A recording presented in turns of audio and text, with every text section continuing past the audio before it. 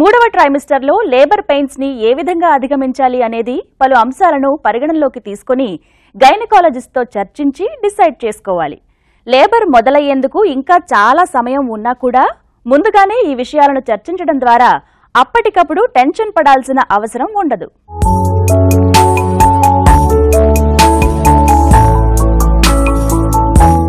Labour pains ని అధిగమించేందుకు పలు వైద్య పద్ధతులు అలాగే ఆల్టర్నేటివ్ మెడికల్ పద్ధతులు నేడు అందుబాటులో ఉన్నాయి.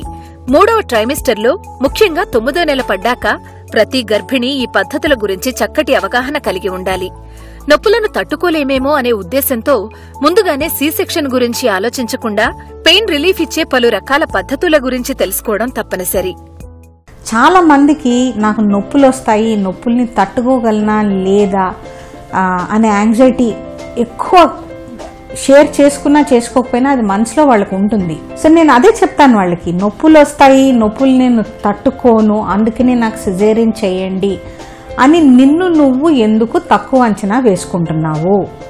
ఏదైనా కానీ మనకి ఛాలెంజ్ వస్తేనే మనలో ఎంత స్ట్రెంగ్త్ ఉంది, దేన్ని మనం ఎలాగ హ్యాండిల్ చేస్తాము, ఎలాగ తట్టుకుంటాము అనేది మన సత్తా ఏంటో అది తెలీదు. పెయిన్ మేనేజ్మెంట్ 100 రకాలుగా లేబర్ పెయిన్స్ని మేనేజ్ చేయొచ్చు. ఇది మనకి కేవలం ఇయరా కాదు కదా, ఇప్పుడు చాలా ఉన్నాయి options. So first of all pains కోసం భయపడి నాకు నార్మల్ డెలివరీ వద్దు అనే ఆలోచన మీరు ఆపేయండి. మేము చెప్తాం మీకు, every hospital select good doctor, select good హాస్పిటల్లో ఎన్ని రకాల పెయిన్ మేనేజ్మెంట్ ఉన్నాయి డిస్కస్, మీ డాక్టర్తో డిస్కస్ చేయండి. చాలా వాటిల్లో చాలా ఆప్షన్స్ ఉంటాయి. లేదు నాకు న్యాచురల్ బర్తే కావాలి, నేనేమీ మందులు వాడను అని అనుకుంటే కూడా చాలా టెక్నిక్స్ ఉన్నాయి. కానీ మనకి ముందుగా మనం ప్రిపరేషన్లో చేయాల్సింది ఏంటంటే 9 నెలలు ఆడతా పాడతా గడిపేసి 9వ నెలలో డెలివరీ నొప్పులు వచ్చే టైంలో నాకు ఆక్యుపంక్చర్ కావాలి, నాకు హిప్నోసిస్ కావాలి అంటే అప్పటికప్పుడు రాదు. So you have to plan for it from before. Pain relief mechanism ఎంతటి శక్తివంతమైనదైనా సరే కేవలం 70% వరకు మాత్రమే పెయిన్ రిలీఫ్ ఇవ్వగలదు. చైల్డ్ బర్తింగ్ సెషన్స్ లో ప్రతి గర్భిణీ పాల్గొనడం ద్వారా లేబర్ గురించి చక్కటి అవగాహన కలుగుతుంది. 6వ నెల మొదలు యాంటీనేటల్ సెషన్స్ లో భాగంగా గైనిక్స్ లేదంటే చైల్డ్ బర్తింగ్ నిపుణులు గర్భిణీలకు లేబర్ దిశగా అలాగే హెల్దీ ప్రెగ్నెన్సీ కోసం అన్ని విషయాలను తెలియజేస్తారు. ఈ విధంగా బేబీ బర్త్ కి ప్రతి గర్భిణీ సమాయత్తమవుతుంది. 6వ నెల 7వ నెలలో ఉన్నప్పుడు మీకు యాంటీనేటల్ క్లాసెస్ ద్వారా మీకు ఏమేం చేంజెస్ జరుగుతున్నాయి, మీరు ఎలాంటి డైట్ తీసుకోవాలి, ఎలాంటి ఎక్సర్సైజ్ చేయాలి, ఎంత ఫిజియోథెరపీ చేయాలి అంటే యోగా కూడా ఉన్నాయి, ప్రీనేటల్ యోగా కూడా ఉన్నాయి, కొన్ని స్పెసిఫిక్ ప్రెగ్నెన్సీలో ఎక్సర్సైజెస్ ఉన్నాయి. వీటి చేయడం ద్వారా మీకు ఉన్న బాడీలో అన్ని రిలాక్స్ అయ్యి నార్మల్ డెలివరీకి కోఆపరేట్ అయ్యేటట్టు ఉంటాయి.